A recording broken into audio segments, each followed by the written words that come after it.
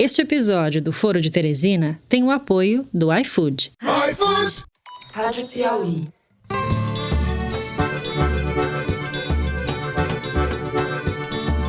Olá, está começando mais um Foro de Teresina, o podcast de política da revista Piauí. Eu, Fernando de Barros e Silva, como sempre em minha casa em São Paulo, tenho a alegria de conversar hoje com este trio ternura, Thaís Bilenque, diretamente de Brasília, onde as coisas têm andado bastante calmas. Fala, Thaís. Salve, salve, Fernando.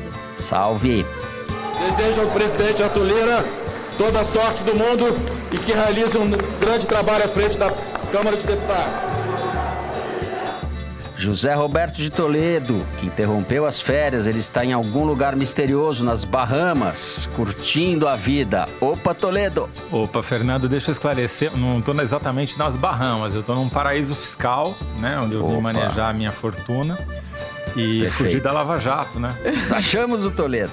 Foi formada uma quadrilha criminosa entre Sérgio Moro e os procuradores com o objetivo de perseguir o presidente Lula e ganhar dinheiro prestando serviço para os americanos.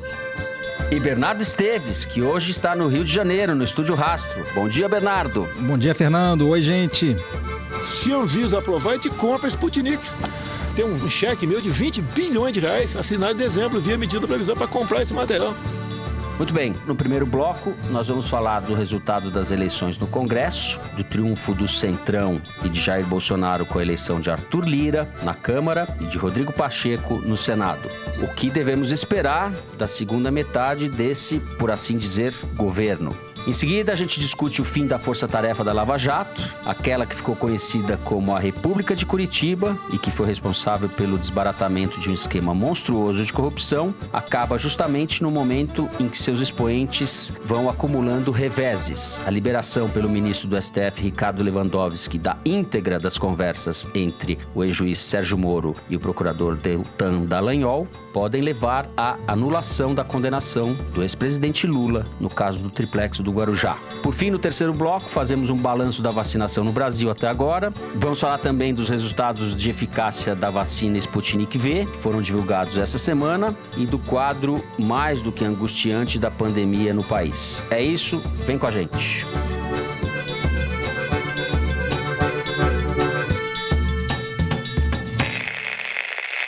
Muito bem, como já se previa, Arthur Lira, do PP, Pato de Alagoas, venceu a eleição para a presidência da Câmara no começo da semana, por um placar muito folgado no primeiro turno, derrotou Baleia Rossi, que era o candidato do ex-presidente da Câmara, Rodrigo Maia, e Rodrigo Pacheco, do DEM de Minas Gerais, venceu a eleição no Senado, uma eleição mais tranquila. Ambos os candidatos apoiados por Bolsonaro, que agora tem, pela primeira vez, figuras alinhadas com o executivo nas duas presidências das duas casas do Congresso. Thaís, eu vou passar a bola para você. Eu queria que você falasse da composição da mesa da Câmara, que tem algumas curiosidades, entre elas o fato de a deputada Marília Reis, do PT de Pernambuco, ter conquistado uma vaga na mesa diretora da Câmara dos Deputados contra o PT, o seu próprio partido, a situação esdrúxula que isso cria. Ela, Marília Reis, que é uma figura próxima do Arthur Lira. O Brasil tem dessas coisas. E também tem a curiosidade, que ainda está em aberto enquanto nós gravamos o programa, da deputada Bia Kicis, do Distrito Federal, que é uma bolsonarista raivosa, negacionista, está sendo investigada no inquérito das fake news pelo Supremo, já defendeu o fechamento do Supremo, entre outras coisas, que foi indicada para presidir a CCJ, Comissão de Constituição e Justiça da Câmara, que é a comissão mais relevante por onde passam todos os projetos e a maior parte das decisões que são tomadas na casa, e que não deve levar, né, Thaís, a reação dentro do Congresso, de setores do Centrão e fora, por parte do Supremo e de outras lideranças políticas, parecem ter abortado essa indicação da Bia Kicis. De qualquer forma, temos Arthur Lira na presidência da Câmara. O que isso significa? Bom, Fernando, sua fala já dá muito tom do que aconteceu essa semana em Brasília, que é, na verdade, uma sucessão de tapetões, traições, rasteiras. Essa eleição foi marcada por golpes baixos, um atrás do outro. Até publicamos uma matéria no site da Piauí contando um pouquinho do que foi isso, assim, essas estratégias pouco ortodoxas de composição de maioria. Então, é isso. O Arthur Lira venceu por uma margem bastante folgada já no primeiro turno, o que fez ele ficar mais encorpado ainda no cargo e alimentou essa iniciativa dele, o primeiro ato de desfazer o bloco do Baleia Rossi, argumentando que eles tinham sido inscritos com atraso. Então, ele desfez toda a composição que ele tinha ajudado a costurar da mesa diretora num tapetão, porque depois teve que voltar atrás para tirar a oposição da mesa. Então, a Marília Reis, que tinha conquistado a vaga da primeira secretaria, ela já tinha conquistado passando uma rasteira no próprio PT, num acordo que fez com o Arthur Lira, que garantiu os votos do bloco dele nela, porque o PT é a maior bancada, então eles teriam direito a essa vaga. É uma vaga muito importante, é tipo o prefeito da Câmara, é o cara que assina todos os contratos da limpeza do cafezinho, de tudo, então todo o dinheiro passa pelas mãos do primeiro secretário, o PT tinha direito a isso. O Arthur Lira garantiu votos para que ela fosse eleita. O PT, para não engolir esse sapo, acabou indicando a própria Marília Reis para essa vaga, embora não fosse a preferência da bancada. Ela ganhou, o Arthur Lira assumiu, ato contínuo, derrubou a mesa.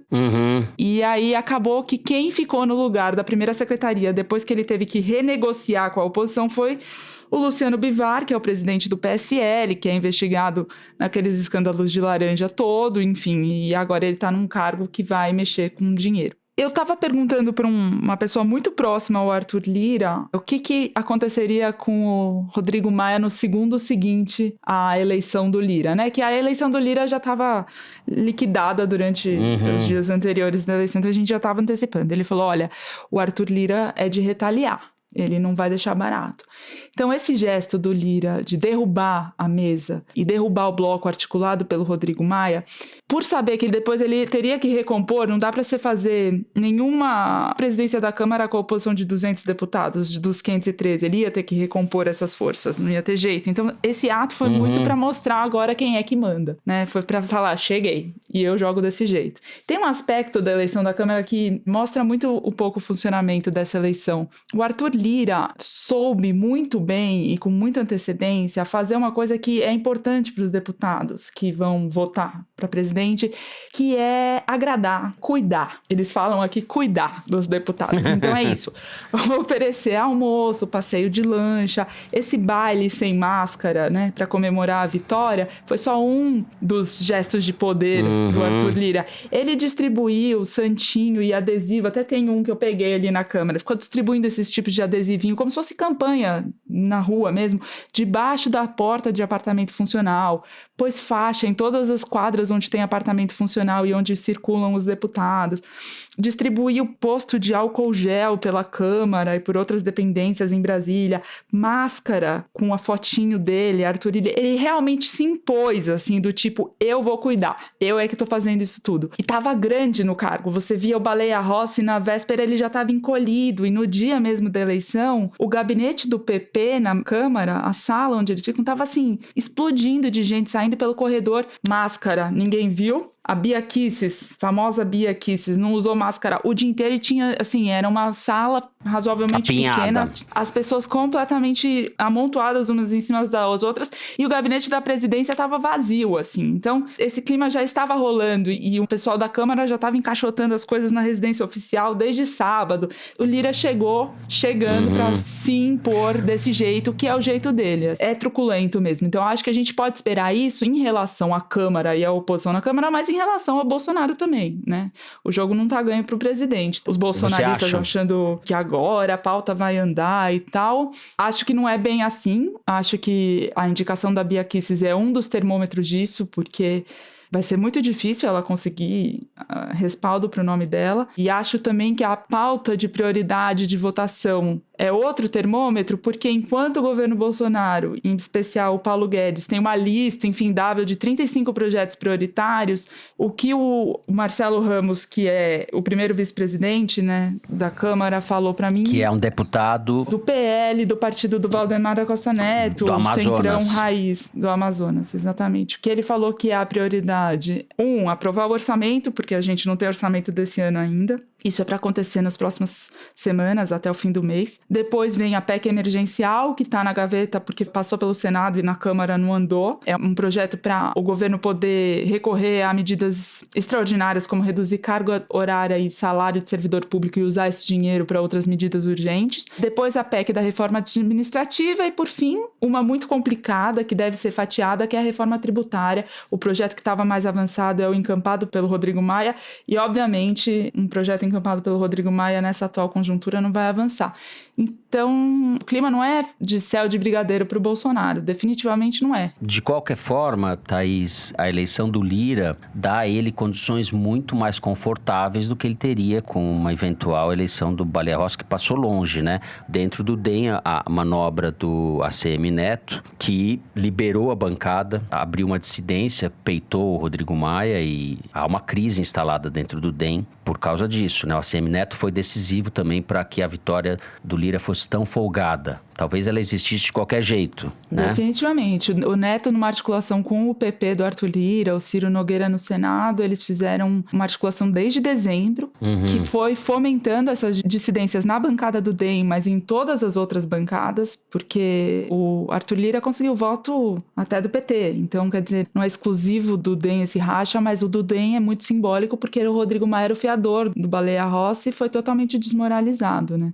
Então, é um cenário, claro, para o Bolsonaro é o cenário pelo qual ele trabalhou. Ele pôs o governo a serviço dessa eleição. Sim. Toledo, vou conectar as Bahamas nessa conversa. Você que nunca acreditou em impeachment, né? Agora isso está completamente fora da linha de tiro, certo? Eu não estou nas Bahamas, deixar isso claro, mas eu estou num paraíso. Não vou dizer qual é, porque eu não quero assédio. Vai que eu encontro algum deputado do Arenão aqui, né? Tá certo. Mas enfim, essa vitória aí, ela é, antes de mais nada, a vitória da velha política. Então, é um chavão, mas é muito importante de registrar. Especialmente na conjuntura que a gente vai falar no segundo bloco, do fim da Lava Jato. Porque quem ganhou essa eleição foi o Arenão, que é erroneamente chamado de centrão, mas que não fica no centro. O Arenão fica deslocado completamente para a direita. Quem ganhou essa eleição foi a direita, mas mais do que ideológica, é uma direita fisiológica. É o toma lá da cá. Ele só ganhou com o dobro dos votos do Baleia Rossi, que virou, como alguém falou aí, o Sardinha Rossi, por dois motivos. Primeiro, que o governo executou a emenda parlamentar a rodo, né? Dava o voto e ganhava a execução da emenda. E segundo, porque acontece o seguinte na eleição da Câmara. Quando fica claro que um candidato vai ganhar, como a votação é secreta, há um movimento de manada em direção a esse candidato, porque ninguém quer ficar com o perdedor, todo mundo quer ficar com quem vai ganhar, porque sabe que quem vai ganhar é quem tem o poder de nomear cargo na comissão, em relatoria, passar um projeto na frente, enfim, tem muito poder interno. Então você ficar mal com o presidente da Câmara é péssimo para um deputado que tem qualquer tipo de aspiração lá dentro, entendeu? A presidência da Câmara, para quem talvez não acompanha a política no dia a dia, é o segundo cargo mais importante do país. É mais importante do que o Mourão, é mais importante que o presidente do Senado, é mais importante do que o presidente do Supremo. O Rodrigo Maia aumentou o poder da presidência da Câmara. Você ia a Brasília ao longo de 2019, ao longo de 2020... O Palácio do Planalto era um deserto de homens e ideias, porque o Bolsonaro não governa, é uma caquistocracia, não decide nada, ele só fica fazendo live. E o poder estava concentrado no Rodrigo Maia, que cresceu como político. Então você ia na casa do presidente da Câmara, quando fecharam o Congresso por causa da pandemia, e tinha uma fila de deputados, de lobistas, de empresários, que era quilométrica. Me lembro de ter ido lá uma vez e tinha, sei lá, 10 deputados na minha frente esperando para serem atendidos. Na hora que eu entrei na sala de jantar ali onde o Rodrigo Maia despachava na residência oficial, tinha mais 8 deputados na sala e um monte de lobistas chegando. Enfim, era o centro do poder. Era a casa do presidente da Câmara. O Toledo não fura a fila da vacinação, mas furou a fila do Rodrigo Maia. Não, eu esperei 3 horas para ser atendido pelo Rodrigo Maia. Você sabe, Toledo, eu tava falando com um assessor da presidência da Câmara, que tá lá faz muito tempo, ele falou que isso é uma característica muito do Rodrigo Maia, porque, por exemplo, Eduardo Cunha jamais faria reunião na casa dele daquele jeito. Quando tinha reunião fora do gabinete da presidência, era sempre 5 horas da manhã em lugar não sabido. Tipo assim, o Rodrigo Maia fez todo esse ritual do poder que você tá descrevendo, assim, é uma característica dele. Exatamente. E para deixar claro também, ficava evidente, você pisava lá na antiga Península dos Ministros, lá onde fica a residência oficial da Câmara, que é vizinha da do Senado, inclusive, na beira do lago, e você via o poder. O poder estava lá para ser visto. A vitória do Arthur Lira, que é do PP de Alagoas, representa, então, a vitória do Arenão, que é esse bloco fisiológico que vive do toma lá da cá, que é herdeiro da Arena, o partido que deu sustentação à ditadura militar, é também a vitória dos herdeiros da política, ou seja, da segunda geração, no caso do Arthur, que é filho do Benedito Lira, senador, ou seja, gente que herda os seus cargos na política, como era o Rodrigo Maia, que herdou do César Maia a influência dele, né? Mas mais do que a vitória do Arenão, dos herdeiros da política, da velha política, veio a vitória também dos réus. Porque o Arthur Lira é réu. Tanto que há uma discussão se ele pode ou não assumir a presidência da República caso o Bolsonaro e o Mourão vierem a faltar. Porque réu, teoricamente, não pode ser presidente. O Arthur Lira é acusado de peculato e lavagem de dinheiro num processo que corre no Supremo. Então, é a vitória dos réus, do toma lá da cá, do fisiologismo, da direita, do Arenão e a vitória do Bolsonaro. Mas é uma vitória, como bem colocou a Thaís, relativa. Porque uma das características do Arenão é cobrar caro pelos serviços que presta. E eu não tenho dúvida de que, se a situação da economia piorar ainda mais, se a popularidade do Bolsonaro continuar caindo, saiu essa semana a pesquisa Poder Data 360, confirmando a queda que já tinha sido apontada pelo Datafolha e antes do Datafolha pelo IDEA Big Data. Se a popularidade dele continuar caindo, se a economia continuar indo para o ralo, se o governo continuar não governando, se a caquistocracia continuar imperando, vai ficar cada vez mais caro o preço cobrado pelo Arthur Lira e pelo Arenão para darem sustentação ao governo. Até que chega um ponto que esse preço fica impagável. E aí o presidente cai. Vai demorar? Vai demorar. Vai acontecer? Não é certo que aconteça. Porém, foi uma derrota catastrófica que botou a nu a incompetência da oposição no Brasil. Acho que a maior simbologia de como a oposição é desunida, desarticulada, não tem liderança e não oferece perspectiva de poder foi essa eleição na Câmara. Porque virou uma coxa de retalhos. Não foi só o caso da Marília Reis, que é uma vergonha para o PT para mostrar suas tripas em público. O PT também tratou muito mal a Marília Reis, né? Então a recíproca ali é verdadeira. Mas assim, teve candidatura própria, enfim, foi uma zona. O que é, talvez, a maior tranquilidade para o Bolsonaro, porque com essa oposição do jeito que está, a ameaça de impeachment tende a zero, né? Cada vez menor, porque a desarticulação é gigantesca. Eu acho isso também, Zé. O que me preocupa mais, no curto prazo, vai ser o acirramento da corrida armamentista no Brasil. Porque durante o governo Bolsonaro, ano passado, já duplicou a importação de armas de uso pessoal pelo Brasil, pistolas principalmente. Ele vai botar na pauta, como uma das prioridades do governo, e o Arthur Lira é capaz de ceder, uma espécie de anistia e licença para matar para policiais e militares que participam de operações GLO, né, a garantia da lei e da ordem. Ou seja, o partido do bolsonarismo, que é esse partido policialesco militar, vai ganhar força, vai ganhar dinheiro, porque essa liberação das armas aí, isso daqui vai virar um faroeste. Vai ser cada vez mais perigoso andar na rua. Porque, claro, quanto mais arma em circulação, maior o risco de alguém usá-la contra você. Já tá virando, né? Thaís, você falou que as coisas não vai ser céu de brigadeiro, mas conversa de impeachment, etc., ficou por enquanto pras calendas, certo? Eu acho que esse é um assunto que tá aí, que vai ficar... O assunto é por ele mesmo. É um assunto que tá aí por interesse do próprio Arthur Lira para cobrar mais caro, pro próprio interesse da oposição para continuar tendo algum tipo de relevância no debate. A discussão vale por ela e aí, se em algum momento a situação mudar, pode acontecer. Uma coisa que a gente não pode esquecer é que o Centrão, o Arenão, essa turma toda aí que voltou pra cabeça se odeia entre si também, né? São 3 grandes chefões do Centrão agora que estão mandando, que é o senador Ciro Nogueira, o Kassab, que não tem mandato público no momento, que é presidente do PSD, e o Valdemar da Costa Neto, que vive escondido, então as pessoas não conseguem falar com ele, mas é quem manda no PL. E esses 3... tem rivalidade entre eles, porque eles disputam o poder entre eles, não só entre eles, mas entre vários outros caciques do Centrão. Então, é sempre uma relação tensa entre si e com o governo. Se alguém em algum momento sentir uma oportunidade de ganhar espaço, seja no próprio Congresso, seja em relação ao Executivo, vai. Então, acho que é uma estabilidade tensa, uma estabilidade instável. Só queria falar uma última coisa que eu acho que vale a pena notar, sobre uma coisa que não aconteceu essa semana, que foi a greve dos caminhoneiros, que estava marcada para segunda-feira, e foi um fiasco completo e absoluto.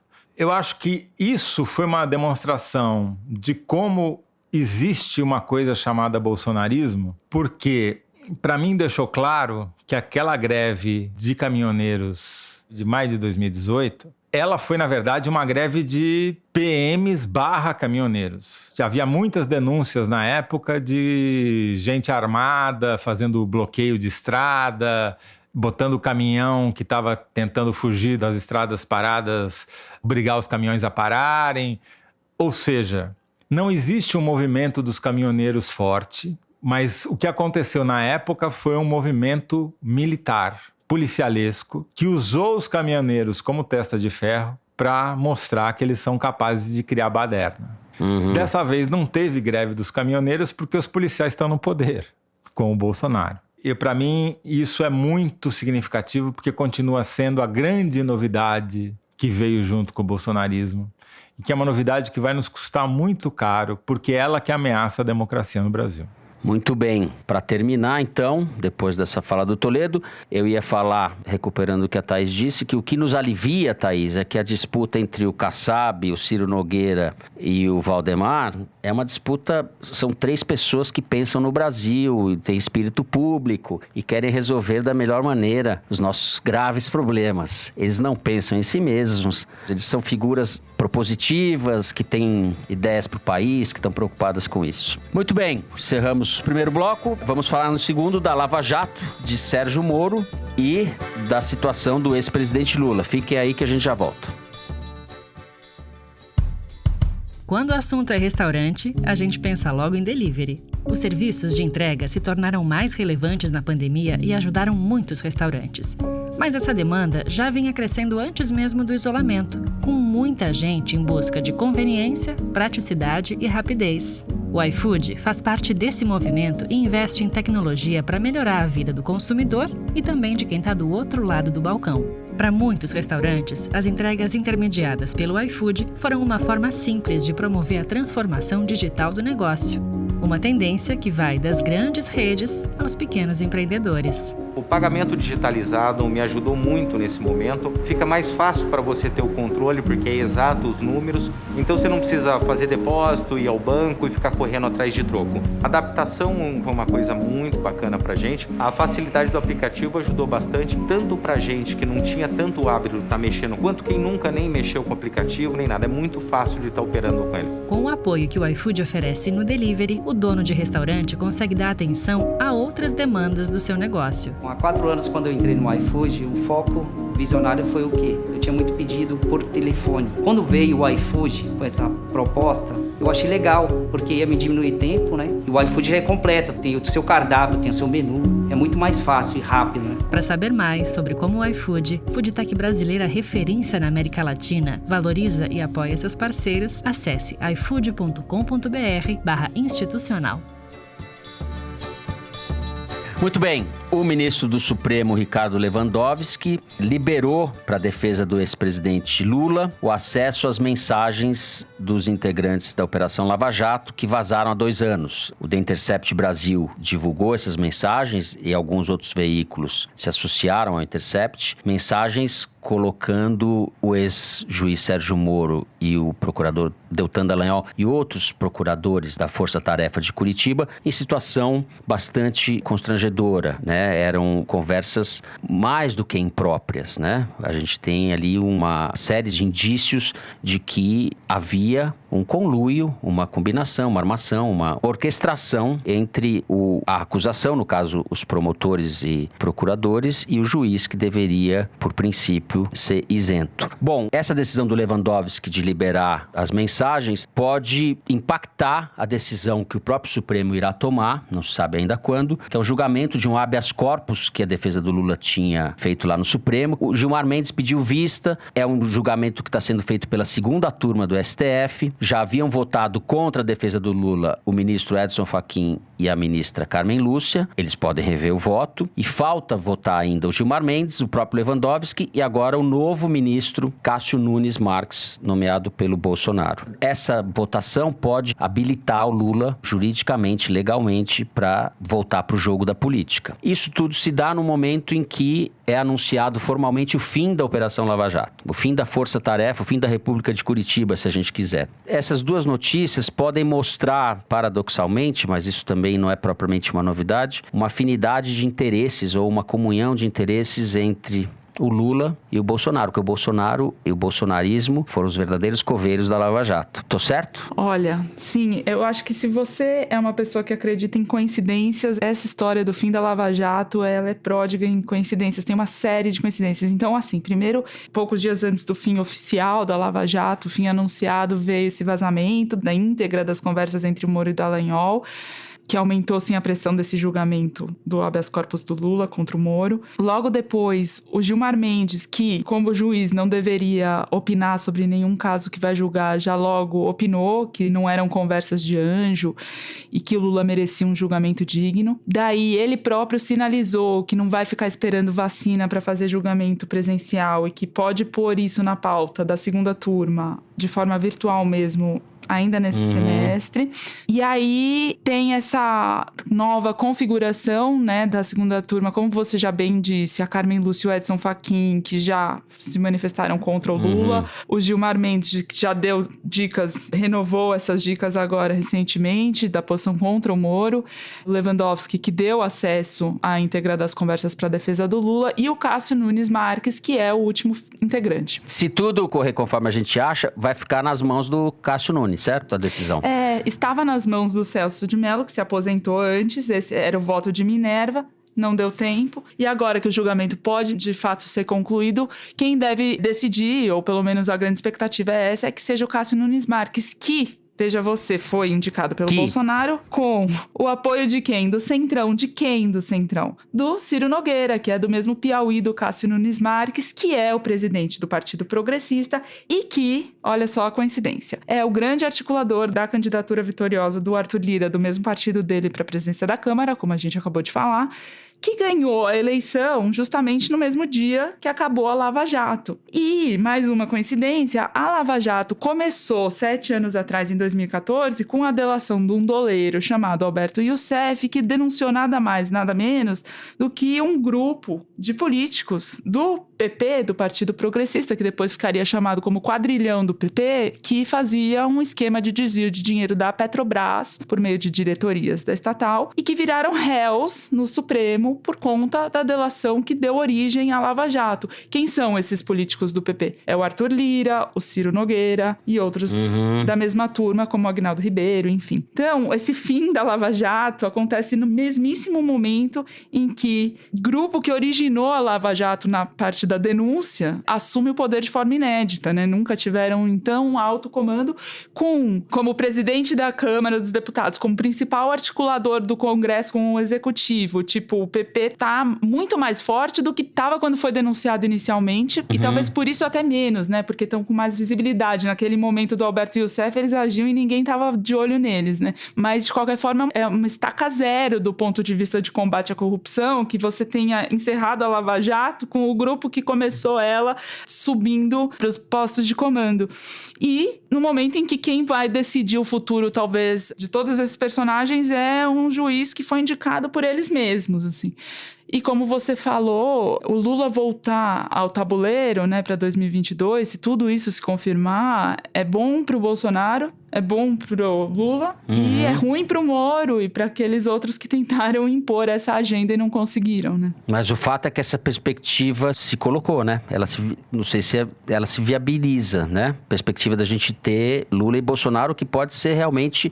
E daí eu vou pôr o Toledo conectar com as Bahamas novamente. Você acredita nisso, Zé? Como é que você tá vendo esse negócio todo? Sem dúvida, isso daí é o seguinte, é a vitória dos jogadores de xadrez contra os jogadores de dama e dominó, né? Os procuradores da República e o ministro e o juiz, ex-juiz Sérgio Moro, achavam que eram o Kasparov, né? Ou o Deep Blue, eram os mestres da cocada do xadrez, que estavam jogando pensando lá na frente, mas eles são jogadores de dama, que perderam para um jogador de dominó, que é o Bolsonaro. Porque, como a Thaís brilhantemente explicou, foi a vitória dos réus. Todos os réus ganharam nessa eleição de presidente da Câmara e ganharam mais ainda com o fim da Lava Jato, pelo qual eles trabalharam. Vamos deixar claro que essa é a segunda morte da Lava Jato, né? Na verdade, ia ser o enterro da Lava Jato, apenas. Quem matou a Lava Jato chama-se Sérgio Moro. E ele fez isso aceitando o convite do jogador de dominó para ser ministro da Justiça dele. Que aí ele acabou com a moral da Lava Jato e acabou com a própria moral, né? Então, o pretenso enxadrista tomou um gambito da dama e dançou ali. Matou a Lava Jato ali. Agora estão enterrando. Mas o corpo já estava putrefato há tempos. Tanto que em 2020 os caras fizeram 8 operações para fazer de conta que estavam fazendo alguma coisa. Mas não estavam fazendo nada. Ninguém ligava mais. Já tinham sido mortos, ninguém mais temia a Lava Jato. Eles condenaram nem 200 pessoas e dizem que acabaram com a corrupção no Brasil. Eles acham que fizeram grandes coisas, mas não fizeram. Tirar o Lula da disputa presidencial e tirar o PT do poder, os caras desarmaram um esquema de corrupção na Petrobras que vai voltar mais cedo ou mais tarde. Porque a política, o jeito de fazer política no Brasil continua igual. Os personagens são os mesmos, os réus são os mesmos. Concordo, os caras continuam donos dos seus partidos e são eles que determinam como a política funciona no país. Então, os Dallagnol da vida foram embora, voltaram à sua irrelevância e os enxadristas, os verdadeiros Kasparov, voltaram à proeminência que sempre tiveram. É isso que aconteceu. E jogaram fora o PT no meio do processo, né? Não acho que tenha sido um plano... Acho que, assim, o PT foi um alvo fácil, porque o antipetismo havia crescido muito. Agora, o que me parece que é o mais importante é que o fisiologismo, o jeito de fazer política baseado em troca de favores, em corrupção, em lavagem de dinheiro, em conta em paraíso fiscal, isso daí permanece, não mudou nada. Sem contar que o alvo também foi escolhido, né? Porque me apontem um grão tucano de bico longo que tenha perdido os direitos políticos ou passado um período relevante de tempo na cadeia. O Aécio pode não ter sido preso, mas ele foi reduzido a pó, né? Mas ele é deputado federal.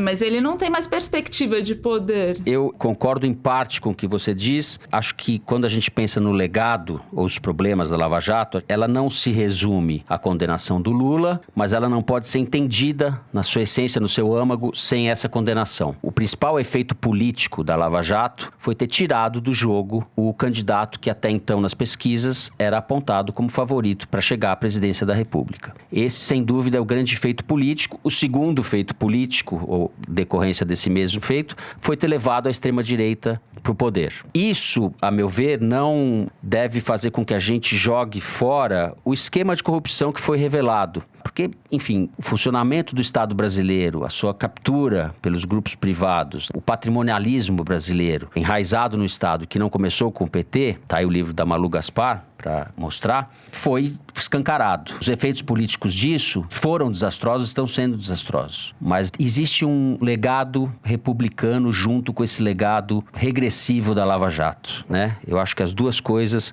têm que ser consideradas. A Lava Jato mudou muito a perspectiva do combate à corrupção no Brasil, no sentido de que antes isso não era um assunto que despertasse qualquer tipo de emoção nas pessoas, porque ninguém achava que nunca daria em nada, e a Lava Jato suscitou essa esperança pro bem e pro mal, porque suscitou, inclusive, esse sentimento que você acabou de descrever. Então, eu acho que, tipo, a Lava Jato tem um fator de alterar o debate político e eleitoralmente, inclusive, tem esse efeito real de provar que o centrão e o fisiologismo da política brasileira é grama, você corta e continua crescendo. Então, se você quer jogar esse jogo, você tem que saber jogar, né? E tem um outro aspecto. Eles desmoralizaram o processo judicial, transformando numa inquisição. Sim. Quando o juiz faz o papel que o Moro fez, instruindo os procuradores ao que deviam dizer e ao que deviam fazer, acabou o processo judicial como a gente acha que ele deveria funcionar e como a Constituição prescreve. Eles corromperam o processo de se fazer justiça, com a ideia de que, não, estamos lutando por algo maior, estamos lutando por um ideal, estamos lutando para derrubar o Lula, é isso. Estamos lutando para derrubar o PT, que na cabeça deles, segundo aquele famoso PowerPoint, toda a corrupção do mundo emanava do Lula e a ele convertia. Que era uma concepção errada na cabeça deles, porque é uma concepção de jogador de dama, que não entendeu o tabuleiro, né? Apesar do tabuleiro ser igual, o jogador de dama vê tudo plano. E o jogador de xadrez, bom, consegue ver na frente todos os lances e prever o futuro. Então, o que eu acho que é fundamental para a gente tirar desse processo? Que o moralismo na política é um desserviço, que você fazer esse discurso moral só serve para eleger o Bolsonaro. E que o Bolsonaro está escolhendo adversário para a eleição de 2022, que chama-se Lula. Zé, o PT também está escolhendo o Bolsonaro.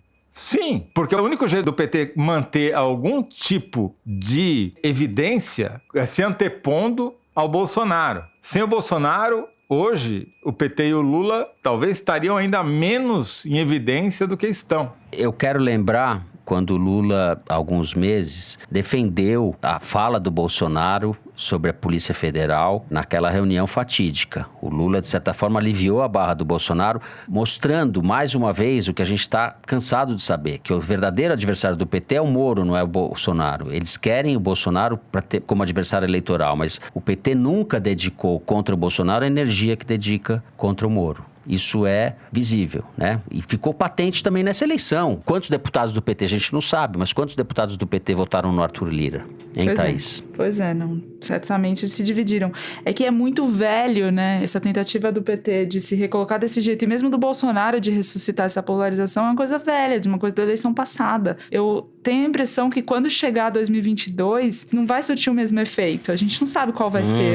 Eu não sei qual vai ser o ambiente, pensa o seguinte, clima. Thaís, o PT... Mas eu concordo com bem, você. Eu acho que ali... pra eles convém, sim. Eu não tô discordando. Eu só acho que essa estratégia, ela é fadada ao fracasso de uma parte a outra. Pro Bolsonaro, não. Porque pro Bolsonaro dizer, olha só, se você não votar em mim, o Lula ganha, que foi o que ele fez em 2018, é o único jeito que ele tem de conquistar o voto de um povo que votou nele, que agora tá de saco cheio do governo, mas que não quer o Lula de jeito nenhum. Sim, você tá coberta de razão. Por isso que ele tá escolhendo adversário, e o adversário chama-se Lula, e ele tá usando o centrão para viabilizar essa disputa. Reviver a polarização em 2022 com 4 anos de atraso. É exatamente isso que você acabou de escrever. Eu não tenho dúvida de quanto é isso. Muito bem, segundo bloco do programa vai ficando por aqui. Isso quer dizer que chegou a hora do número da semana. Nosso diretor Luiz de Maza vai ler pra gente esse número que é tirado da seção Igualdades, publicada toda semana no site da Piauí. Diga lá, diretor, com a sua voz de trovão. Então, gente, eu já vou meio que adiantar o assunto do próximo bloco, porque o número dessa vez é 103, que é o seguinte: a cada 100 mil brasileiros, 103 morreram de Covid-19. Só para a gente dimensionar esse número, a Índia, que é o terceiro país com mais mortes na pandemia, logo atrás do Brasil, tem uma proporção de 11 mortes a cada 100 mil. No Brasil são 103. Ou seja, a mortalidade do vírus no Brasil é 9 vezes a da Índia. Esse Igualdades, feito pela Amanda Gorziza e pela Renata Buono, é interessante porque ele dá uma dimensão geográfica da tragédia, digamos assim. Nessa quinta-feira de manhã, quando a gente está gravando o programa, o Brasil já tem 226 mil mortes pela pandemia. O número por si só acaba ficando meio abstrato, né? A gente perde a noção do que isso significa. Mas o exemplo que elas dão é impressionante. 226 mil mortes é como se todas as pessoas que moram em Copacabana, Ipanema e Leblon, aqui no Rio de Janeiro, fossem varridas no mapa.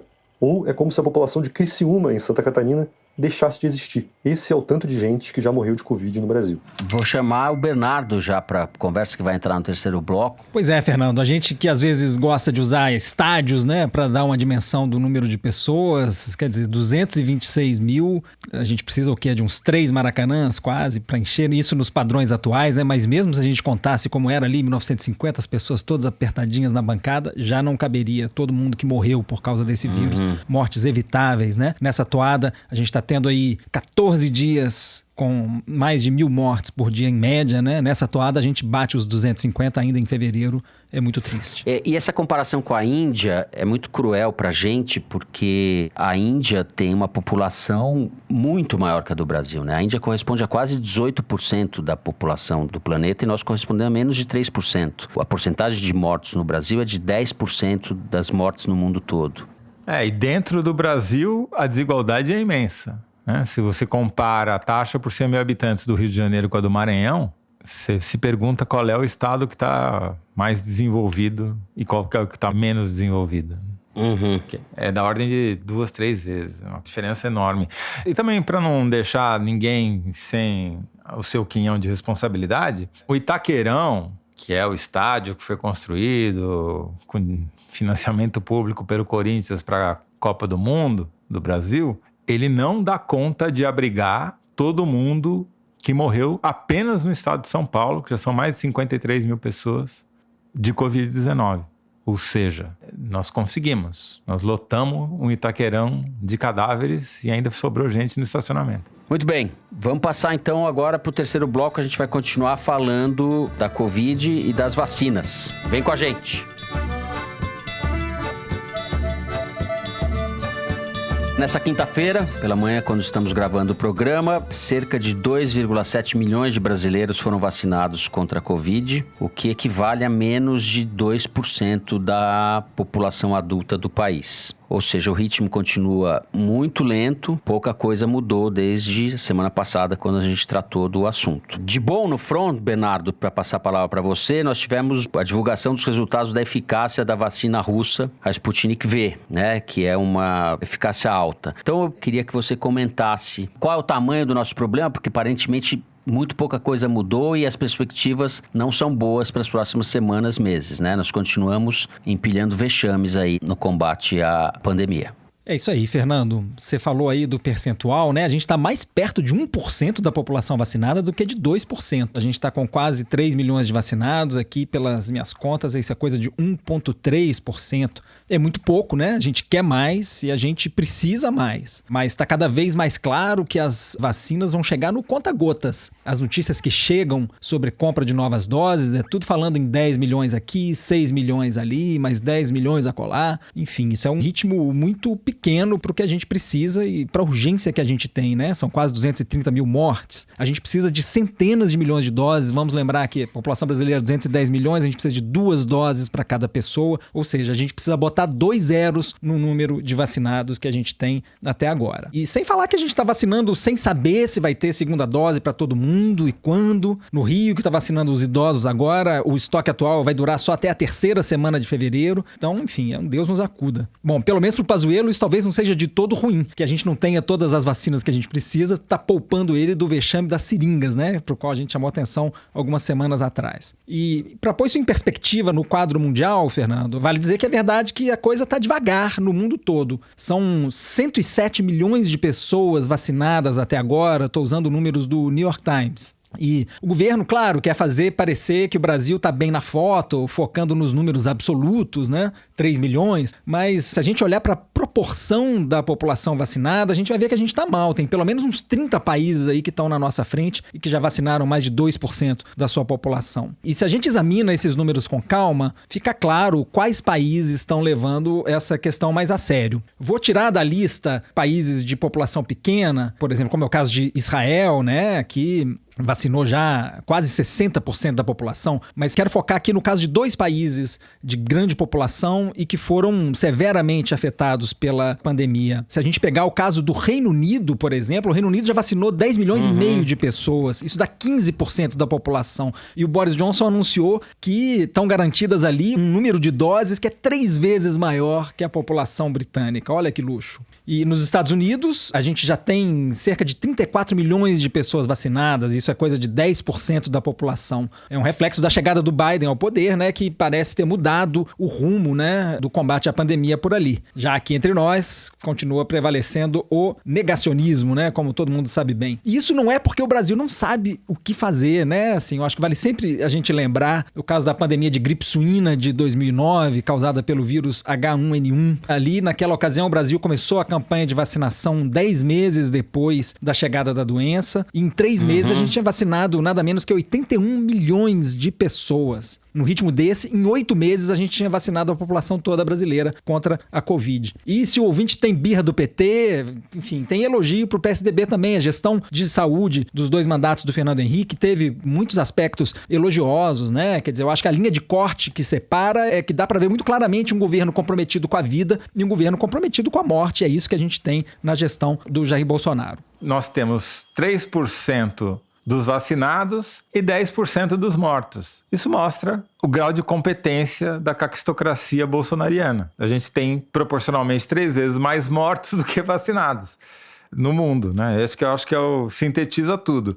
E talvez a Thaís pudesse dar mais detalhes, mas eu queria também comentar que isso não é à toa. Essa mortalidade exagerada no Brasil é fruto de quem está lá em Brasília, que virou um covidário, né? A festa de comemoração da eleição do Arthur Lira como presidente da Câmara, ou seja, o coquetel do Arenão, como a Thaís definiu, o baile sem máscara do Arenão, né? Onde a máscara caiu, foi a festa da Covid, né, Thaís? Eu queria poder dizer que foi na festa, Toledo, mas é toda hora, assim. Em qualquer lugar na Câmara dos Deputados, eles tiram a máscara, levantam o nariz e andam com a arrogância de quem nega mesmo a necessidade de tomar esse tipo de precaução. E não é só bolsonarista raiz negacionista, não. A gente falou que a Bia Kicis talvez não consiga ser a presidente da CCJ. O nome que está sendo ventilado para ir no lugar dela, que é da Margarete Coelho, que não à toa é do PP do Piauí, do Ciro Nogueira, desculpa a obsessão, mas é porque é o que está acontecendo. Ela também é uma doutora com notório saber jurídico que anda sem máscara numa sala, nem anda, porque não dava pra andar de tão aglomerada que tava. Então, assim, é uma afirmação de identidade em Brasília você não usar máscara. Eu tava falando que eu tava indo ontem pra Câmara dos Deputados, peguei o Uber, entrei e o motorista me ofereceu a regalia de tirar a máscara se eu quisesse. Eu falei, não, muito obrigado. Por quê? Ele falou, não, eu sempre ofereço isso aos passageiros. E eles, em geral, aceitam? Sim, todo mundo tira. Aí eu perguntei, e o senhor tira também? Sim, eu só uso quando sou obrigado. Então é dentro da Câmara dos Deputados, é no baile sem máscara, é nos carros, enfim, pra mim é exasperante. Eu lamento por você, né? Mas pra mim é a imagem clara de como o Arenão e o bolsonarismo se importa com o outro. Porque o fato de você não usar máscara deliberadamente significa, tô nem aí, vou te passar Covid e você que se dane, né? É basicamente essa a declaração que eles fazem. E é uma regra de etiqueta, né? Isso é a cara do bolsonarismo, mas extrapola o âmbito do bolsonarismo, traduz um comportamento do brasileiro, assim, e me perdoem as pessoas que estão seguindo as recomendações, usando máscara, mantendo o distanciamento, etc., mas o fato é que a gente está vendo uma esculhambação, uma incapacidade do país de levar as coisas a sério impressionante, né? É realmente uma esculhambação que atravessa a sociedade de cima a baixo, com esse exemplo que vem aí desses imbecis que estão em Brasília, né? Mas eu só queria registrar que teve 2 boas notícias. Primeiro, aparentemente, os primeiros estudos mostram que as melhores vacinas dão conta também da variante inglesa, o que eu chamo de variante PSL, que é a 117, né? 1.17. Parece que também são capazes de prevenir contra essa variante. E a segunda boa notícia é que os estudos ainda não revisados pelos pares também sugerem que quem já teve Covid poderia tomar apenas uma dose das vacinas, que essa dose já funcionaria como o boost, né? A segunda dose que aumenta os anticorpos que a primeira dose faz o corpo produzir. Então, por que é uma boa notícia? É uma boa notícia coletivamente, porque diminui a necessidade de vacinas no total e também torna o alvo de vacinação um pouco mais baixo. Não resolve o problema, mas nessa sucessão de más notícias que a gente dá toda semana aqui, acho que é importante registrar essas duas. Pois é, Toledo. E aí agora a gente passa a ter no horizonte a perspectiva da Sputnik V, né, no nosso arsenal de vacinas disponíveis no Brasil. A Anvisa anunciou essa semana que vai relaxar as regras que estavam previstas para autorização de uso emergencial das vacinas. Eles vão suspender a condição que tinha sido imposta de que só poderiam ser usados emergencialmente os compostos que tivessem com testes de fase 3 no Brasil, e com essa suspensão abrem-se as portas para a gente poder ter a Sputnik V, a vacina da Índia também, e eu acho que a Anvisa está certa de fazer isso. A gente está no meio de uma emergência, né? O uso emergencial, é por isso que se chama assim, a gente tem que ser razoáveis. Isso não quer dizer que a gente esteja fazendo vista grossa para as questões de segurança, não é por aí. A Sputnik V foi aprovada pela agência regulatória de outros países e teve finalmente os resultados publicados na The Lancet, a mais tradicional revista médica do mundo, os resultados da fase 3 dos ensaios clínicos. E esse é um dado que estava faltando. A gente anunciou aqui a reticência que muita gente tinha em relação a essa vacina. O Putin estava contando vantagem com a Sputnik V já faz alguns meses, mas enquanto a gente não visse esses números, não dava para saber se ele estava blefando, né? Ele sai como vitorioso nessa questão porque a vacina parece muito boa, de acordo com os números que foram apresentados. Os números estão na mesa e são muito bons. Isso é ótimo. A eficácia global de 91,6%. Não houve casos graves ou mortes entre os participantes que receberam a vacina. Quer dizer, a gente tem mais é que incorporar logo mesmo ao nosso arsenal de vacinas a Sputnik V, desde que a gente consiga se certificar de que a vacina está sendo produzida conforme as boas práticas. Para terminar minhas colocações aqui num tom um pouco mais otimista, Fernando, eu acho que não custa a gente ter em perspectiva o momento histórico que a gente está vivendo, né? Quer dizer, a gente conseguiu, no mesmo ano em que a gente identificou um novo vírus causador de uma doença letal, a gente começou a vacinar as pessoas. Isso pulverizou o recorde anterior, que era de 4 anos para o desenvolvimento de uma vacina. Quer dizer, um ano depois da OMS decretar a pandemia, a gente já tem vacina. E eu não estou falando só de uma nem de 2. A gente tem 8 vacinas em uso atualmente no mundo. É Pfizer, Moderna, Sputnik V, AstraZeneca, Coronavac. Estou citando só algumas. É realmente extraordinário que a gente tenha tantas vacinas à nossa disposição tão pouco tempo depois da gente identificar o vírus responsável pela pandemia. Mas não vamos perder de vista, né, Fernanda? A realidade lá fora é essa, é de 230 mil mortos. Essas vacinas vão demorar a chegar nos braços de todos os brasileiros. A gente não pode perder essa perspectiva e, infelizmente, não pode perder a paciência. Mas vai contar isso para Cristiane Brasil, né, a filha do Roberto Jefferson, que nessa famigerada festa do Arthur Lira cantou a música Malandragem. Já pensou, Fernando, se a gente fosse deputado do Centrão, o karaokê já tinha voltado e a pandemia já tinha acabado? Estamos pensando seriamente em virar deputado do Centrão, né, Bernardo? E achei importante você fazer essa lembrança de como a ciência foi eficaz na descoberta de várias vacinas, na verdade. É isso, os envolvidos estão de parabéns. A Covid globalmente matou milhões de pessoas. E a vacina, que já atingiu 100 milhões de pessoas, não matou ninguém. E que eu saiba, também ninguém virou jacaré. Então, quem quiser fazer a escolha entre a ciência e o negacionismo, é só calcular a chance de você morrer tomando vacina ou você morrer indo à festa do Arenão sem máscara. Muito bem, com isso a gente encerra o terceiro bloco do programa. Agora chegou o momento do Kinder Ovo, é isso, direção? Kinder Egg? Kinder Egg. A Malu Gaspar deixou o caminho aberto para que se crie uma nova hegemonia no Kinder Egg. E a Thaís está na parada. Thaís, vamos ver se você vai herdar esse talento da Malu Gaspar. Quem sabe, vamos né? ver. Solta aí, Luigi. Vamos ver o que você aprontou dessa vez.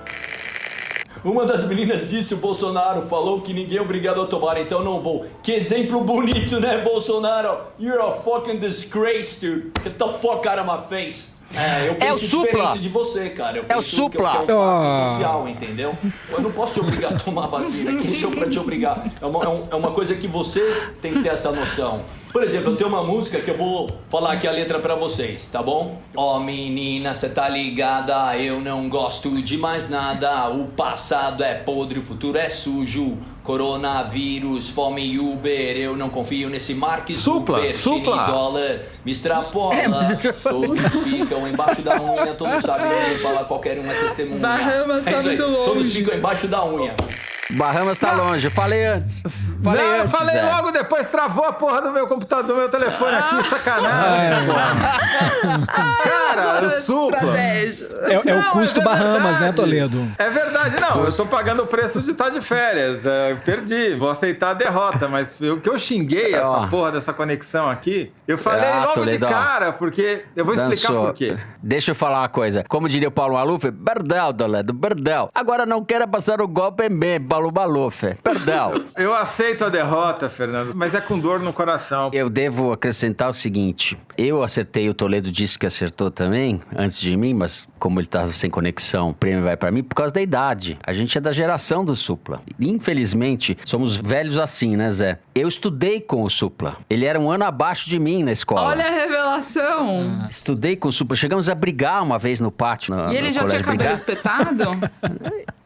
Isso Quem foi ganhou, com 12 Fernando? anos. Eu ganhei. Ele lutava boxe, mas eu era gordinho, eu pulei em cima dele e pá! Eu ganhei. Ganhei do Supla. Brigamos por causa de futebol. No pátio do colégio, exato. Ele era da torcida jovem do Santos, eu São Paulino, a gente brigou por causa de futebol. Então é isso, só confirmando. Eduardo Smith de Vasconcelos Suplicy, mais conhecido como Supla, num vídeo publicado no canal Quebrando o Tabu, no último dia 31. É isso aí. Bom, depois desse Kinder Egg, né, Luigi, radical, vamos passar ao que interessa, que são as cartinhas dos ouvintes de vocês. Muito bem, eu vou começar lendo uma mensagem que a gente recebeu por e-mail do Alexandre Bezerra.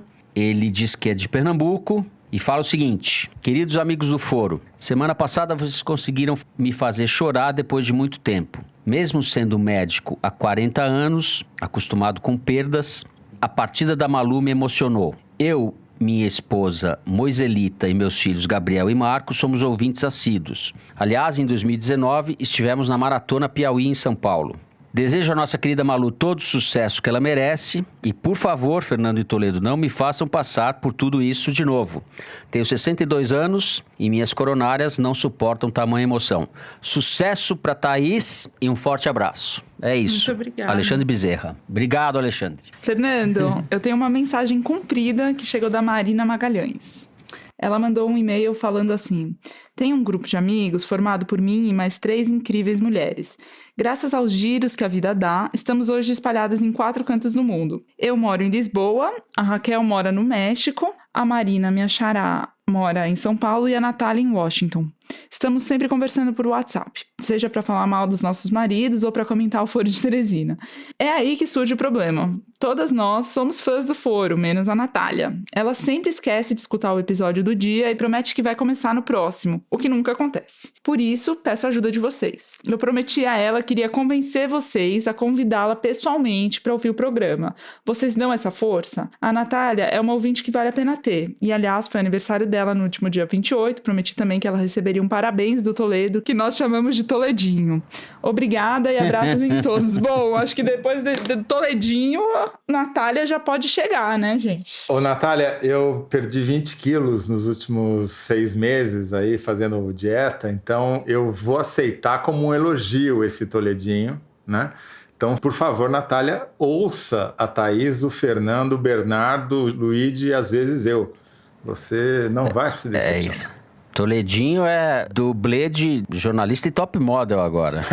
Toledinho, ouça o Toledinho, Natália. Bom, temos mais outra mensagem numa linha parecida aqui. Um e-mail enviado pela Angélica Nakani. Diz: comecei a ouvir o Foro 2 anos atrás, quando estava tentando juntar os cacos após uma desilusão amorosa. Fernando, Toledo e Malu eram as amizades que aqueciam meu coração e ajudavam nessa fossa. Hoje, ao ficar sabendo da partida da Malu, não segurei o choro. Nem Fátima e Bonner tinham tanta química quanto vocês. Desejo a Malu muito sucesso. Para Thaís, boas-vindas calorosas e enormes. Como ouvinte assídua, estou ansiosa para você nos desiludir com as notícias de Brasília. Um beijo imenso em todos vocês. PS. como sou moradora de Açaí, que fica perto de Londrina,